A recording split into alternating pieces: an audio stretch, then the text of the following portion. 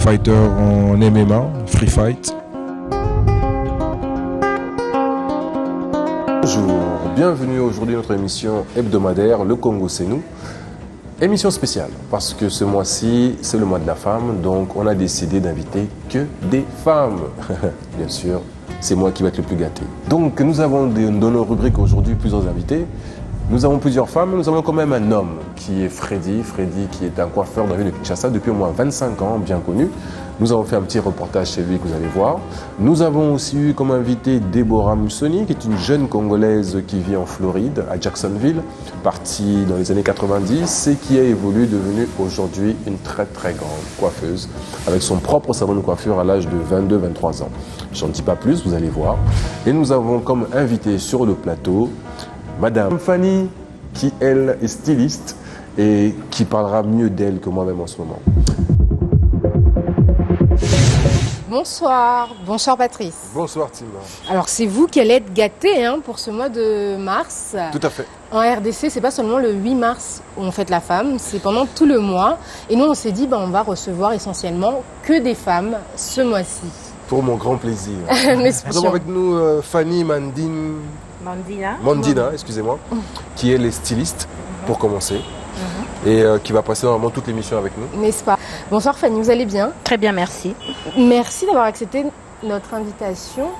Alors ce mois de mars, le 8 mars précisément qui a été fêté, c'était sous le thème de la parité. Est-ce que ça vous parle? Quand on parle de parité, c'est vrai que très souvent c'est l'égalité des droits, l'égalité au fait, je dirais, des obligations par rapport à ce que l'on doit, ce que l'on fait dans la société. Et par rapport à moi, ce que le 8 mars que ça représente, je dirais peut-être que c'est une journée qui rend hommage à la femme. Parce qu'au fait, la femme, par rapport à ce qu'elle représente, d'abord, surtout en Afrique, c'est elle qui porte les traditions, les valeurs et autres. Et par rapport à la mode et à l'habillement, c'est une personne que j'aime beaucoup habiller, parce que j'estime au fait que c'est elle qui est porteuse des traditions. Et elle mérite d'être vue, elle mérite de voir son image. N'est-ce pas? Et elle mérite donc qu'on la fête chaque année. Et comme Patrice me le précisait pendant la préparation, c'est pas juste la fête des femmes, c'est la fête des droits. Tout à fait. Oui, c'est la fête des droits dans le sens où on oublie souvent que les femmes se sont battues pour avoir des droits et qu'elles continuent à se battre encore. Parce qu'on ne peut pas prendre par exemple l'Europe comme référence où les droits des femmes sont peut-être un peu plus, je dirais, mis en avant, dans le sens où les femmes ont des droits que les femmes n'ont pas encore ici. Des choses qui peuvent paraître des fois absurdes, comme quand on sait qu'une femme ici doit avoir l'autorisation maritale, par exemple, pour ouvrir une entreprise ou encore à une époque pour voyager. Un combat qui est encore loin d'être gagné. Tout à fait. Mais on aura l'occasion d'en parler donc tout le long de l'émission. Mais je vous propose tout de suite donc qu'on regarde notre top actu donc de l'actualité des derniers jours en fait, ce qui nous a marqué nous. Donc tout de suite le top actu.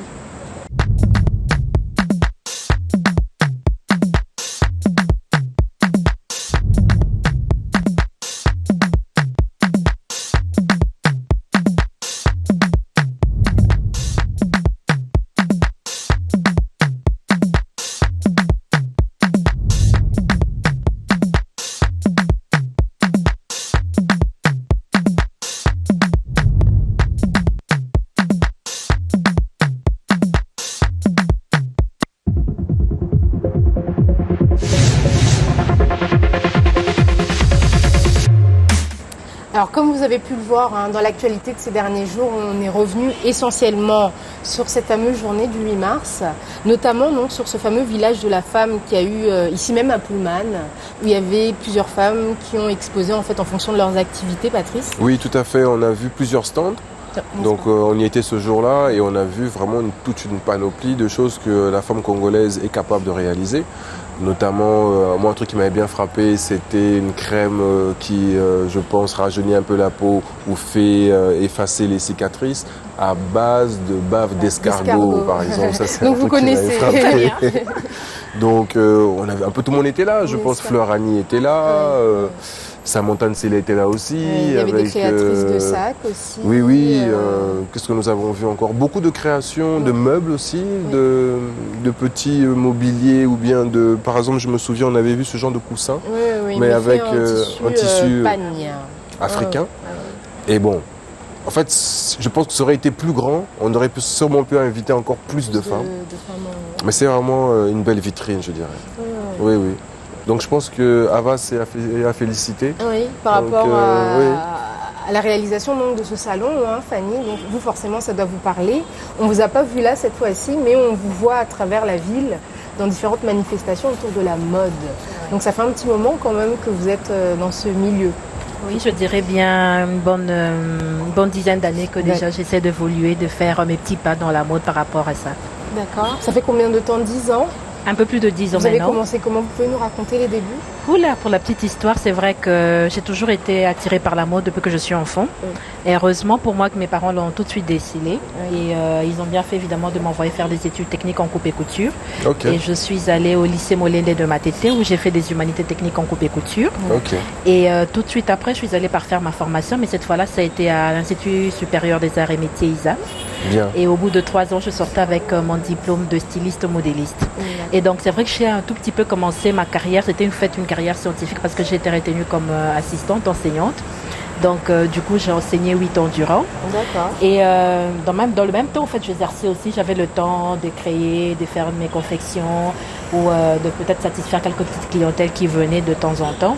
Mais ensuite, je sentais qu'il y avait quand même quelque chose qui me manquait. C'était par rapport, au fait, à la gestion de ce que j'avais. Parce que c'est vrai que quand on parle de la mode, c'est vrai que c'est l'aspect culturel que l'on voit. C'est le beau, c'est l'art. Mais à côté de cela, je me suis dit que c'est une industrie créative qui mérite d'être gérée comme toutes les autres, en fait. Tout à fait. Et c'est comme ça que je suis allée faire mon 2e cycle, mais cette fois-là en administration et gestion des entreprises culturelles à l'INA. D'accord. Où j'ai obtenu mon diplôme d'administratrice et gérante de l'industrie au fait de l'art par rapport à l'aspect de la mode. Donc voilà, et tout de suite après je vais reprendre au fait mes enseignements à l'ISA, mais bon, je me suis dit que je devais d'abord m'exercer par rapport à ce à quoi j'ai été formée, par rapport à ma passion d'abord. Je choisis d'en faire une profession ensuite. Et donc c'est depuis, je dirais, 2008 que je suis active. J'ai lancé mon premier défilé. C'était au Congo-Brazzaville. J'étais invitée à un événement de la mode qui s'appelait Molatona Brazza. D'accord. C'est là que j'ai vraiment commencé mon premier grand show, mon premier défilé de mode. Première sortie officielle. Première sortie officielle, disons ça comme ça. Et depuis à Kinshasa, bon, c'était parti donc avec des groupes Vlisco, avec plein d'événements de mode en Afrique et en Europe aussi. Voilà. Justement, oui, pardon. C'est un plaisir d'entendre votre parcours parce que on comprend qu'il ne suffit pas d'avoir peut-être le don ou le talent, parce que vous avez quand même cité 3 endroits où vous avez appris, quand vous avez cité Matete, ISAM, je pense, l'INA. Donc je pense que pour les jeunes filles qui nous suivent, il est important de savoir que le don, le talent est une chose, mais qu'il faut quand même... Je suis tout à fait d'accord avec vous. Donc, comme on le dit, au fait de l'art, c'est vrai qu'il ne s'apprend pas à l'école, mais du moins, on a le talent, il faut évidemment le parfaire. Et pour le parfaire, il faut une formation. Même si elle n'est pas conventionnelle, c'est vrai qu'on ne passe pas par toutes les étapes, mais au moins arriver à avoir une formation qui puisse vous permettre d'allier au fait les conceptions que vous avez et à la réalisation auquel vous devez évidemment aboutir, à laquelle évidemment vous devez aboutir. Donc voilà, c'est très important ce que vous avez relevé tout à l'heure là. Et c'est ce que je ne cesse de dire dans mes discours, c'est de vraiment créer au fait susciter une passion, parce que c'est vrai que très peu de des personnes, je dirais, ont eu la chance de faire d'abord de leur passion une profession. Ça, c'est un fait. Quand on aime réellement ce que l'on veut et qu'on arrive à se frayer un chemin par rapport d'abord à la formation et professionnellement, on arrive toujours à se frayer un chemin, ça c'est sûr. Tout à fait. Alors, il y en a d'autres qui n'ont malheureusement pas réussi à se frayer le chemin. Ce sont les inventeurs noirs. À qui on n'a pas toujours reconnu. Vous vous demandiez, mais où est-ce qu'elle veut en venir? Je veux en venir à la 2e rubrique de l'émission, Fanny, donc, qui s'appelle NetZap. Chaque semaine, Patrice nous parle d'une actualité sur laquelle il est tombé sur le net. Donc cette semaine, il nous parle des inventeurs noirs. Tout à fait. Donc tout de suite, NetZap.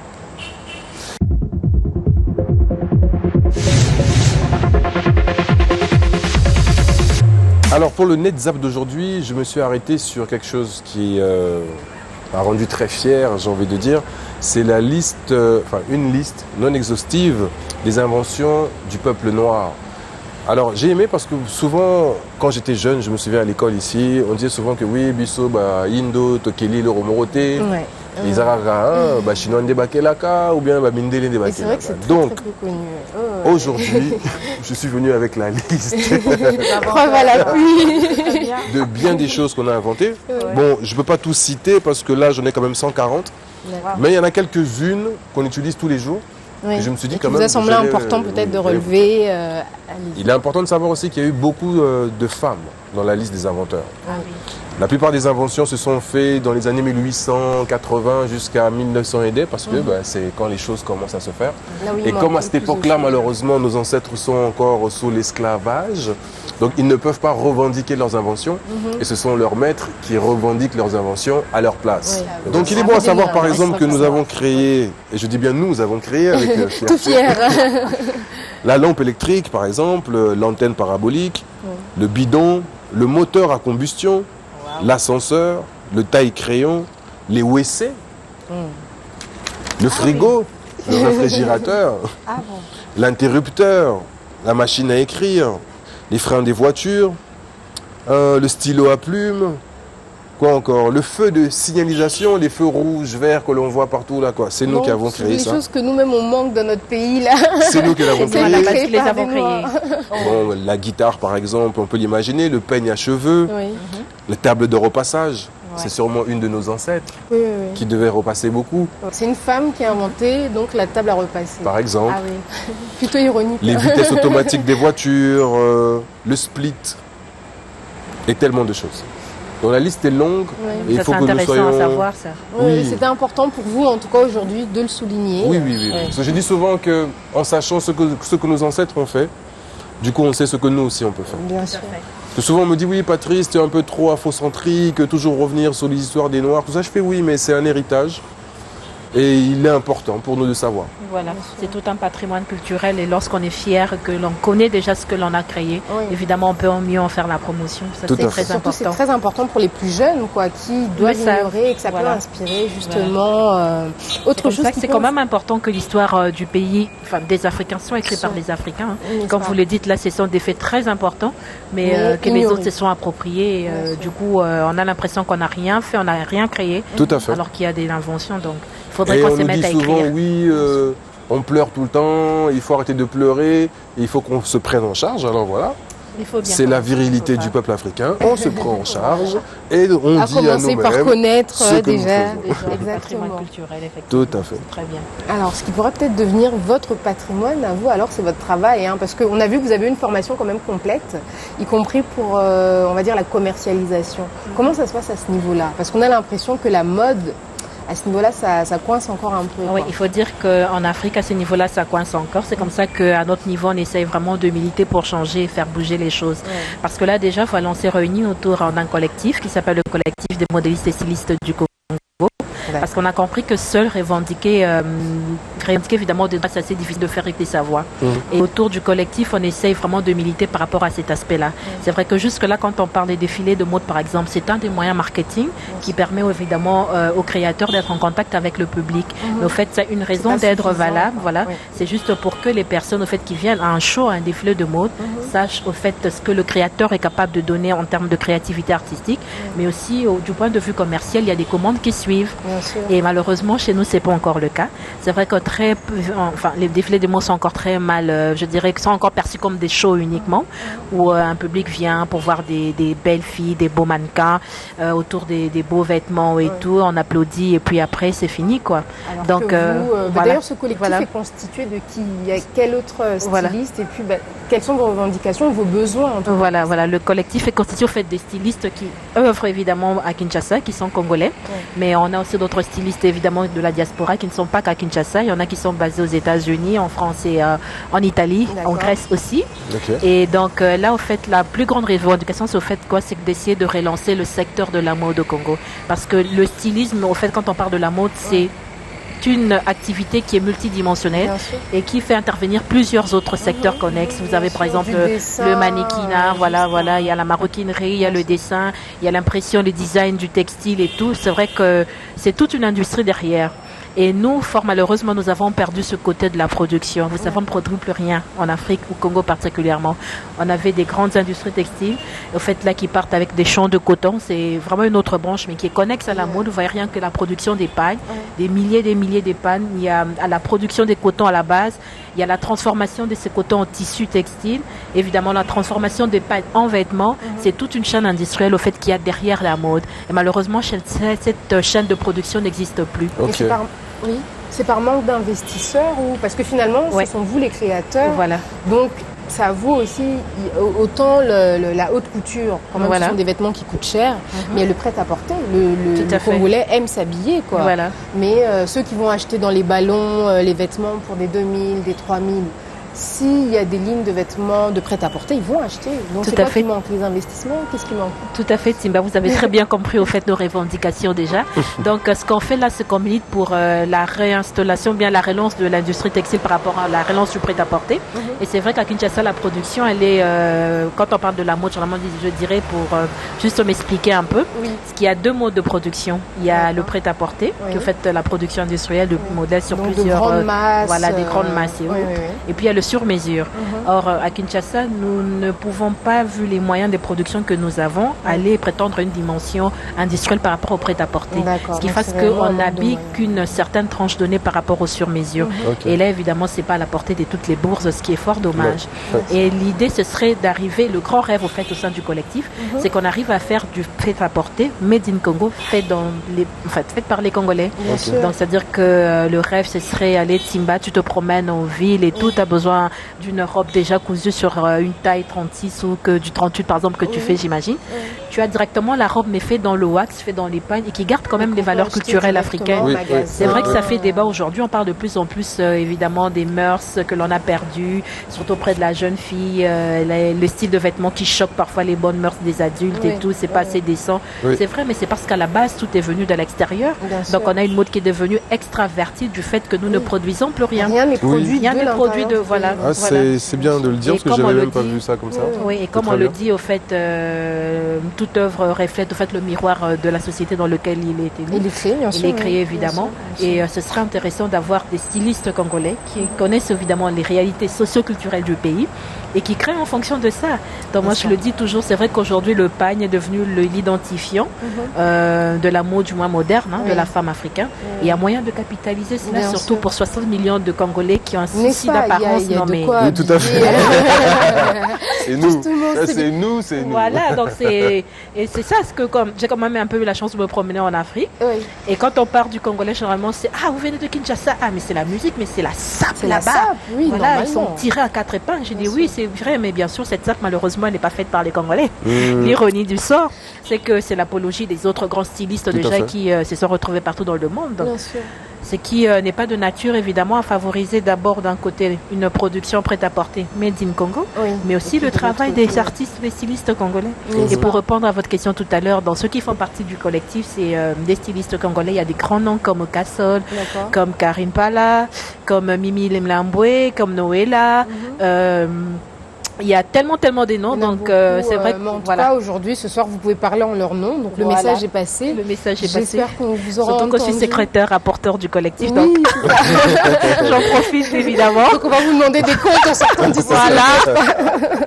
Voilà, en fait, on en profite et évidemment, c'est grâce à des personnes comme vous, comme la presse et notamment, je profite du micro pour dire merci à l'ambassadeur qui nous a toujours soutenus parce que c'est vrai que c'est pas évident. On essaye. À Bion, il y a toujours eu quand même une place particulière. Une place particulièrement vraiment réservée à la mode et tout. Et c'est comme ça qu'au collectif, dernièrement, on lui a remis un prix par rapport à cet aspect de choses, comme étant parmi les meilleurs mécènes, en tout cas, qui valorisent la mode. Et ça nous manque. C'est important. Ça nous manque, c'est important, ça nous manque. Mais de plus en plus, moi, je reste optimiste. Je reste positif. Je crois que dans 5-6 ans, ça sera dans vos boutiques à côté des grandes marques européennes. Bien sûr, il n'y a pas de raison qu'on n'en est qu'au début. Donc, dans 5-10 ans, c'est pas trop demandé. C'est pas trop demandé, je pense. Alors, ce qui n'est pas trop demandé non plus, c'est d'avoir une jolie coiffure pour une femme. N'est-ce pas, Fanny? Tout à fait. Je vous propose toujours, dans le cadre de ce mois de la femme, de continuer avec la rubrique suivante, donc, qui est l'œil du Congo. Chaque semaine, on fait le portrait d'un Congolais différent. Et donc, pour cette semaine, on fait le portrait de Freddy, donc, qui est coiffeur pour dames. Donc, je vous propose de regarder tout de suite l'œil du Congo.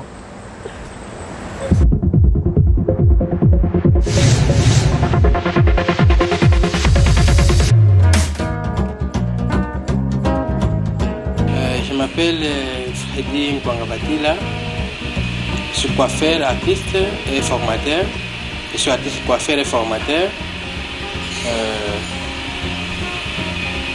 Le travail de la coiffure, c'est un travail que j'ai beaucoup admiré. tant qu'il y avait des gens qui étaient autour de moi, autour de mon grand frère, autour de tous les autres qui étaient autour de moi, j'ai vu que c'était très bien. Ça m'a beaucoup plu. Et voilà, je me suis lancé après mes études, quand j'étais encore dans aujourd'hui Congo central, qui était à l'époque Bazaï. Ce que je viens de faire, on appelle ça brushing. Un brushing, ça coûte $20 chez moi. Tu peux laver, on lave d'abord les cheveux, hein, on fait un bon soin. Comme vous avez vu, les cheveux de la fille est très propre.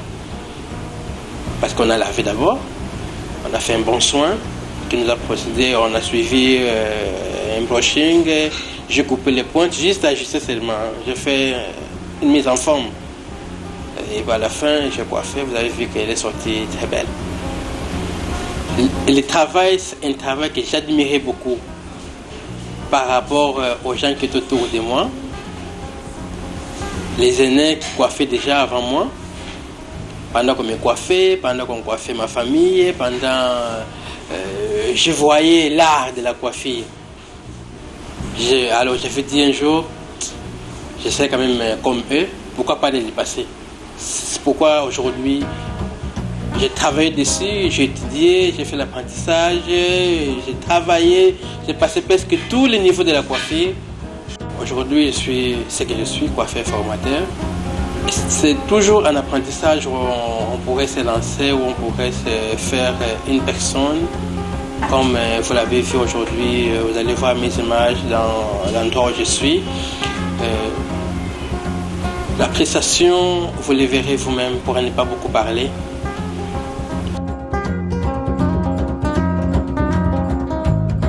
Voilà, on a donc pu découvrir Freddy, qui est donc coiffeur pour dames depuis presque 25 ans maintenant.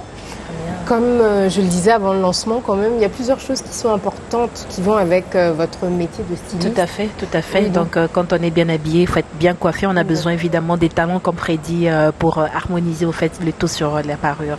N'est-ce pas? Alors c'est bien que vous parliez d'harmonisation. On voit en même temps vos tenues à l'image. Pendant qu'on est en train de parler, qu'est-ce qui vous inspire? Comment vous créez?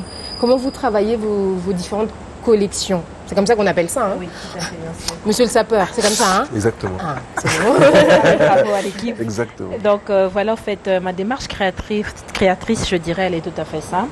Parce que généralement, elle s'inspire de ce que l'on voit dans la société. Et déjà, la nature, c'est la première des sources d'inspiration pour tout artiste. Et donc là, en tant que styliste, je ne suis pas en laisse. Et voir la femme au quotidien, telle qu'elle est habillée, m'inspire beaucoup. C'est vrai que nous avons aujourd'hui la tendance internationale qui est très importante parce qu'il faut évidemment arriver à lier, à concilier les deux. Ça a une influence, non? On parle beaucoup du pan, qu'il faut garder le pan, mais il faut le moderniser. Il faut l'universaliser. C'est vrai qu'on parle de la mondialisation. C'est vrai qu'on a tendance à habiller pareil qu'à Tokyo, à Hong Kong. Les jeunes sont pratiquement sur la même tendance et tout. Mais il appartient, je pense, à chaque continent d'apporter une pierre qui garde quand même son originalité, tandis qu'on l'identifie par rapport à ce village mondialisant. Et donc, le travail que je fais dans la démarche créative, c'est d'arriver à intégrer d'abord la tendance internationale et générale et essayer de l'adapter à notre contexte socio-culturel. D'accord. Et vous utilisez beaucoup plus le pagne ou vous faites des mélanges beaucoup plus le pagne? C'est vrai que j'adore le pagne. J'aime beaucoup travailler le pagne parce que je trouve que c'est devenu le symbole au fait ou l'identifiant moderne du vêtement africain. J'aime beaucoup utiliser le pagne. C'est vrai que j'aime avoir à le mixer avec toutes sortes de tissus, les matières. J'aime beaucoup l'ottoman, j'aime beaucoup la soie. Et c'est vrai que dans mon style, vous remarquerez, c'est plutôt du chic et du glamour parce que j'aime beaucoup la femme quand elle est belle, élégante et surtout habiller la femme africaine qui est belle dans toute sa splendeur, voilà, ses formes voluptueuses et autres. Et quoique là, c'est vrai que je le dis toujours par rapport aux standards internationaux et aux canons de beauté internationaux, on se dit toujours que c'est vrai qu'il y a des clichés qui sont en fait, disons que voilà, la belle femme, elle fait du 38, voilà. Et là, on se dit, bon, en Afrique, nous, on a besoin de notre propre canon de beauté, parce que c'est pas forcément la même chose. C'est vrai que quand on voit la suprématie généralement européenne, tendance à écraser, à dire voilà ce qui est beau, ce qui est bien, point barre. Très souvent, c'est vrai qu'on se bat avec ce principe, parce que quand il faut que j'aille, par exemple, présenter une collection à l'extérieur, en Afrique du Sud, ça m'est arrivé, à Paris aussi. Vous avez présenté beaucoup de collections à l'extérieur. Vous êtes parti représenter le Congo, où ça? En Afrique du Sud, dernièrement, la Fashion Without Borders. qui est au fait un événement qui se réalise chaque année et qui met en exergue les pays généralement subsahariens. Et c'était l'année dernière, la première fois quand même la République démocratique du Congo a été présentée. Quand même, donc félicitations, vous étiez la première à partir nous représenter. Voilà. Et donc ça s'est bien passé, ils ont beaucoup adoré, même que je suis revenue avec le premier prix. Félicitations. Merci. Vite fait comme ça, avec beaucoup de difficultés, mais quand même. Et tout récemment en France, un grand événement panafricain qui s'appelle Africa Fashion Reception, qui est au fait une structure panafricaine qui donne un aspect très important, parce que c'est pas seulement la mode comme je viens de le décrire ici, qui fait partie du show, du beau, de classe, mais au fait la mode comme étant un secteur qui peut apporter le développement durable en Afrique, et ça c'est possible. L'aspect industriel, l'aspect du prêt-à-porter, ça on en parle très rarement. Je crois que c'est très important, une fois que nos décideurs auront compris que c'est un secteur très important, parce qu'au fait, attendez, s'habiller est un besoin primordial à la vie. C'est comme les aliments. Voilà, donc on est tous habillés ici. Tout à fait, oui. C'est vraiment vaut mieux pour passer devant 3 caméras, vaut mieux venir habiller.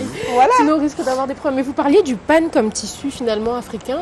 Nous, on n'est pas habillés par une Congolaise. Vite fait comme ça, comme on est dans l'invention, envie de dire que la cotonnade, c'est nous aussi qui l'avons inventé quand même. Tout à fait. Donc après que certains nous disent que oui, la mode c'est comme ça ou c'est comme si, quand même, c'est nous qui l'avons inventé. On devrait prétendre aussi, évidemment, le premier pan tissé vient de l'Égypte antique. C'est ça. Et nous avons déjà la chantier à l'époque avec le lin, le fait de pouvoir cultiver des roseaux de lin et de pouvoir le tisser après. Merci. Donc le travail, le métier de tisserand, tout est parti de l'Afrique. Tout à fait. Quand on dit que l'Afrique est le berceau de l'humanité, quelque part, il faut ne pas le contexter. Vous parliez de pan tissé, quoi. Oui. J'ai été coupée, je voulais parler de celle qui nous habille, c'est Martine Dabiré. Donc elle n'est pas congolaise. Ah oui. Mais c'est aussi avec le pagne, donc comme celui-ci, mais le pan tissé beaucoup. Donc vous parliez du pan tissé, et c'est très très beau, et finalement, oui, c'est continental. Aussi, c'est Martine Dabiré aussi. C'est continental finalement. Au Congo, on n'a pas un pagne tissé qui nous appartienne. Ouais, le motif du pagne tel que vous le portez, c'est un pagne avec des motifs tissés du Ghana, que l'on appelle le kente. Et malheureusement, le nôtre, au fait, nous avons, pas que nous n'avions pas et on ne s'habillait pas, mais des motifs Kuba par exemple, c'est vrai que ce sont des très beaux motifs qui ont été repris ailleurs dans les imprimés textiles, mais il y a moyen de le retravailler pour en faire du lin et du vêtement portable, c'est-à-dire qu'il puisse avoir des codes d'entretien qui s'adaptent au climat dans lequel on vit, c'est-à-dire le climat tropical en Afrique avec les chaleurs et tout. Et donc tout ça c'est pas impossible. Et je dis au fait que le Congo est redevenu au fait vierge par rapport à la production. Donc imaginez que l'on arrive à produire tout cela, qu'on habille 60 millions de Congolais et qu'on arrive, enfin, le rêve, l'idéal, ce serait de prétendre exporter cette mode aussi partant du pain. Donc ne pas s'arrêter qu'au territoire. Voilà, donc il y a ce serait normal d'acheter des habits de pays des sapeurs. Oui, c'est ça. Logique. Logique. Ce serait très bien. Et donc, vous verrez, c'est toute une branche. On a des designers textiles qui sont formés à l'Académie des Beaux-Arts et qui vous font du très beau travail, mais qui malheureusement ne savent pas où les faire imprimer. Et donc, une fois qu'on aura ce secteur est lancé, cette industrie, je crois que ça pourrait non seulement créer de l'emploi, parce que dans les différentes chaînes de production, c'est vrai qu'on est on parle, on est au mois de la femme, on parle de plus en plus de l'autonomisation de la femme. Et le secteur de la mode est un secteur qui vraiment offre de l'emploi. Dans différentes chaînes de production, c'est souvent la femme. Dans le montage, dans la coupe, dans la créativité, très souvent ce sont les femmes qui travaillent. Tout à fait. Et dans nos petites unités de production réunies, enfin du collectif dans lequel je parle, nous avons près de 600 emplois qui ont été créés. Voilà. Et donc c'est pas peu. Et si on voit ça à échelle nationale, donc à 60, mais on est presque même à 80 millions maintenant. Donc ça donnerait vraiment de l'emploi et ça permettrait à la femme d'être autonomisée.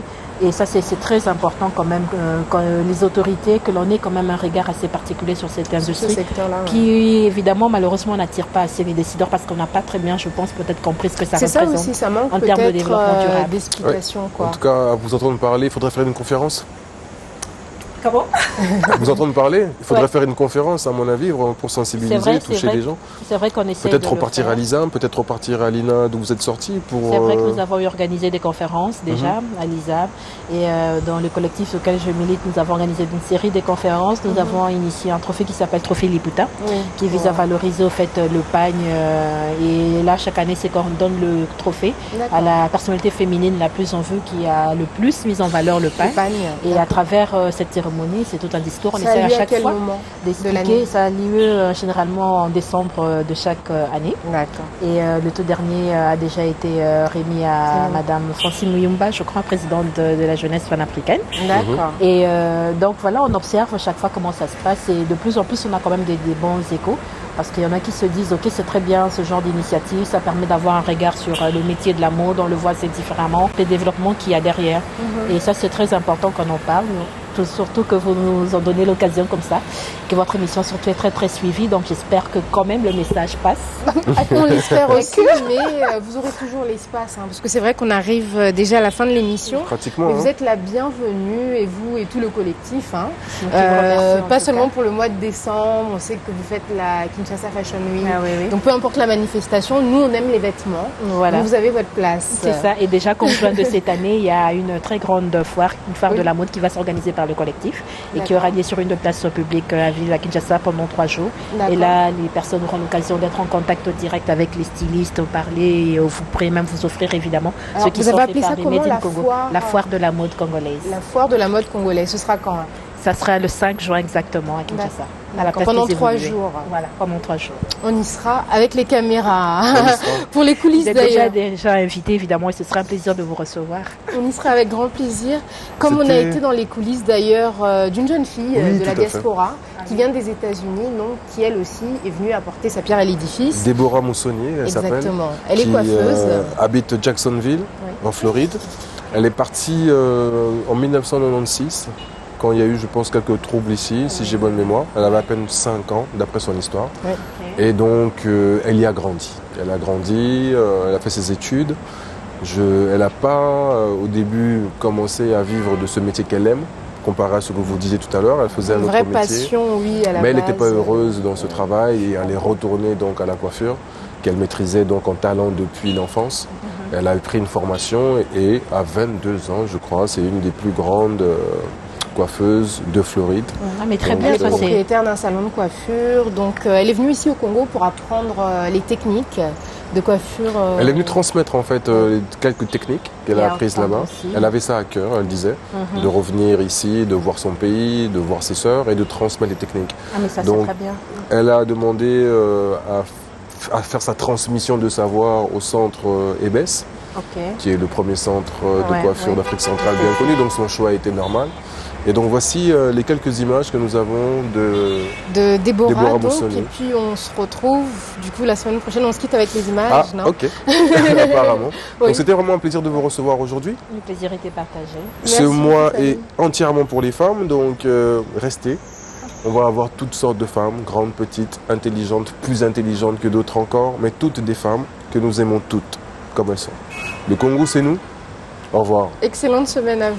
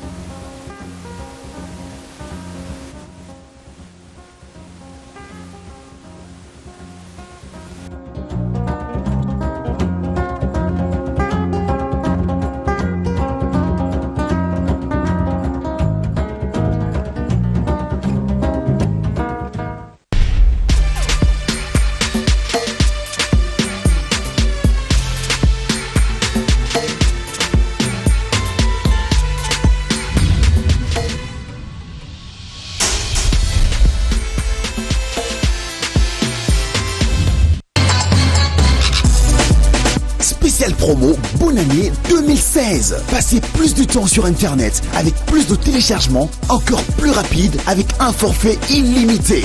Pour clôturer l'année 2015 et débuter l'année 2016 en toute